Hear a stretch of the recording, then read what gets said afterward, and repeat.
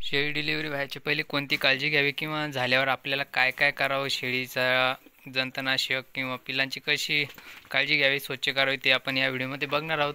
तर मी आपला अजिनाथ पाटील, आपण बघताय एजे गोट फार्ममध्ये सर्वांचं मनपूर्वक स्वागत. तर मित्रांनो, कोणी जे नवीन असाल त्यांनी आपलं चॅनल सबस्क्राईब करून ठेवा, जेणेकरून तुम्हाला नवीन नवीन व्हिडिओचे अपडेट येत राहतील. आणि लाईक पण करा, कमेंट पण करा, जेणेकरून मला पण समजेल की तुम्हाला व्हिडिओ आवडला का नाही. आणि अजून काही माहिती लागल्यास तुम्ही कमेंटद्वारे पण सांगू शकता. तर मित्रांनो, चला बघूया आपण आता. तर शेळी डिलिव्हरी होण्यापूर्वी आपण शेळीची खूप एक किंवा चौथ्या महिन्यापासून शेळींची खूप काळजी घ्यावी लागते. तिला व्यवस्थित पाणी, खुराक व्यवस्थित जर दिला तर आपल्याला शेळी डिलिव्हरी झाल्यानंतर दुधाचा प्रॉब्लेम येत नाही. कारण काही काही शेळ्यांना दूध येत नसतं, पिलांना दूध पुरत नाही. तर त्यासाठी अगोदर शेळ्यांची काळजी जर घेतली आपण, तर शेळ्यांना व्याल्यानंतर व्यवस्थित दूध राहतं, पिलांचं पोट व्यवस्थित भरतं आणि पिलांना बाकीच्या गोळ्या औषधीची गरज भासत नाही. तर मित्रांनो, तुम्ही एका शॉर्ट व्हिडिओमध्ये बघत असाल शेळी डिलिव्हरी झाल्यावर काय काय स्वच्छता करावी किंवा शेळ्यांना डिलिव्हरी झाल्यावर अर्ध्या तासाच्या आत पिलांना बकरीचं जो दूध किंवा चीक राहतं ते पाजणं खूप आवश्यक राहतं. कारण आपण जर चीक नाही पाजला तर पिल्लं कमजोर किंवा आजारी पडू शकतात. त्या चिकामध्ये खूप जास्त ताकद ते प्रतिकारशक्ती पिलांची वाढवते. तर मित्रांनो, शेळी डिलिव्हरी झाल्यावर शेळीची कास स्वच्छ धुवून घ्यायची असते. कारण काय होते, शेळी जेव्हा डिलिव्हरी होते तेव्हा खूप घाण पण सगळी कासेला लागलेली असते.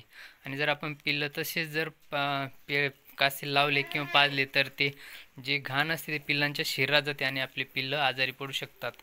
किंवा त्यांचे, कारण ते नवजात असल्यामुळे ताबडतोब त्यांच्या प्रभाव होतो त्या जंतूंचा, बॅक्टेरियाचा. तर तत्पुरती सर्वांनी आपल्या शेळी डिलिव्हरी झाल्यानंतर पहिले स्वच्छ पाण्याने धुवून घ्यावी. आणि त्यामध्ये पोटॅशियम परमॅग्नेटच्या पाण्यानं कधी आपण शेळी स्वच्छ धुतली तर त्यातले किटाणू, जंतू वगैरे मरतात आणि शेळीची कास स्वच्छ पण होते. तर तुम्ही व्हिडिओमध्ये बघू शकता, पोटॅशियम परमॅग्नेटची 40 रुपयाची फक्त ही पुडी राहते. तर आपण तिचा जर वापर केला आपल्या गोठ्यात, ती आवश्यकच असते. कारण 8 दिवसाला किंवा 4 दिवसाला आपण गोठा जर ह्या पाण्यानं कधी स्वच्छ धुवून घेतला तर आपल्या शेळ्यांचे बॅक्टेरिया किंवा जंतूचा प्रादुर्भाव होत नाही. तर मित्रांनो, बघू शकता आपली शेळी तर डिलिव्हरी झालेली आहे आणि आता स्वच्छ पण करायची ती अजून. कारण बघा, अशी रोज घाण पडते, तर आपल्याला शेळीची रोज साफसफाई करणं खूप आवश्यक आहे. कारण त्यामुळं काय होतं, शेळीचा मच्छर, माश्या बसतात आणि शेळीला त्रास होतो त्यापासून, ते आजार पण होऊ शकतात. कारण पिल्लं डायरेक्ट असे कासेला लागतात. तर कासेला जर घाण असेल तर पिल्लांच्या पोटात डायरेक्टली जाते ती, आणि त्यामुळं मग आपल्याला गोळ्या, बाटल्या याचा खर्च वाढतो. आता कास तर धुतलेली आहे मी, त्यामुळं पिल्लांना काही अडचण नाही आहे. आणि पिल्लांना मी कोणतंही औषध दिलेले नाही आहे. पिंकू ग्राईप वॉटरसुद्धा मी चालू केलेलं नाही. कारण माझं हे फिरस्ती शेळीपालन असल्यामुळं मला औषधाच्या गरज भासत नाही आहे.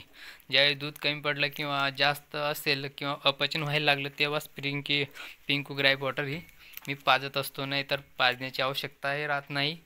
तर मित्रांनो, शेळींची काळजी कशी घ्यावी डिलिव्हरी झाल्यावर, आपल्याला खूप काळजी घ्यावी लागते डिलिव्हरी झाल्यावर पण आणि डिलिव्हरीच्या अगोदर पण, जेणेकरून आपल्याला परत नंतर प्रॉब्लेम होणार नाही आणि किंवा दवाखान्याचा खर्च भरावा लागणार नाही. तर मित्रांनो, हे पोटॅशियम परमॅग्नेटचं थोडीशी एक चिमूटभर टाकायची असते आपल्याला. एक बकेटभर पाण्यात, 10-15 लिटरच्या पाण्यात जर आपण टाकली तर ते थोडीशी जरी टाकली तर पूर्ण पाणी आपलं हे गुलाबी कलरचं होऊन जातं. आणि आपण ते जर पाण्याने स्वच्छ धुतली तर तो शेळींना मच्छर, माश्या पण लवकर बसत नाही त्याच्यावर, घाणीवर, आणि जंतूंचा पण नायनाट होतो.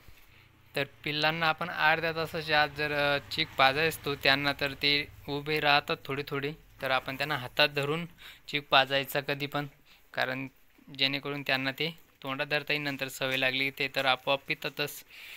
तर मित्रांनो, शेळीपालनात तर पिल्लांची काळजी घेणं खूप आवश्यक राहतं. कारण आपलं शेळीपालन हे पिल्लांवरच अवलंबून राहतो, आपलं प्रॉफिट हे पिल्लांवरच अवलंबून राहतं. तर मित्रांनो, माझी या व्हिडिओमध्ये माझं एक मिस्टेक पण सांगणार आहे. कारण पिल्लांना, या शेळीला थोडं दूध कमी पडलेलं आहे, तर मी त्यांना आता खुराक पण वाढवलेला आहे आणि विटॅमिन्स कॅल्शियम वगैरे सुद्धा देत आहे.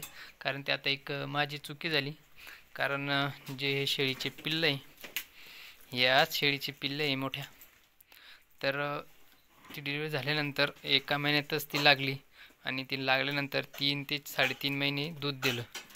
दूध दिल्यानंतर काय झालं, जे दुधाचं ती आटली नसल्यामुळे चीक तयार झालेलं नाही आणि पिल्लांचं पोषण झालं नाही व्यवस्थित. त्यामुळे पिल्लं आपली 8 दिवसात झाली, थोडी म्हणजे अजून पाहिजे तसं त्यांचं पोषण झालेलं नाही. हा एक चूक माझी झालेली होती. आणि एक दुसरी म्हणजे लागवडीचा बोकड.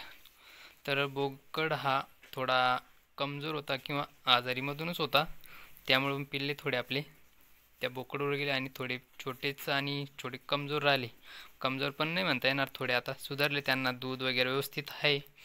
तर मित्रांनो, अशा चुका टाळाव्यात, कारण शेळीपालनाला लागवडीचा बोकड पण चांगला असणं खूप आवश्यक आहे.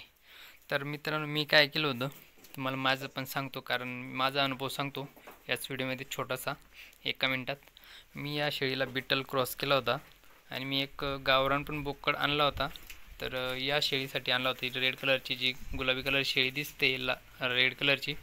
तर काय झालं मिस्टेक, हिला मी बिटलनं क्रॉस केलं, बट प्रॉब्लेम असा झाला की जो गावरान बोकड होता ना, त्यानं पण हिला लागण झाली आणि गावरान बोकड असल्यामुळे तो मॅच होऊन गेलं आणि हे पिल्लं पण गावरानवरच निवडले, कारण बिटलचा इफेक्ट झालेच नाही शेळीवर.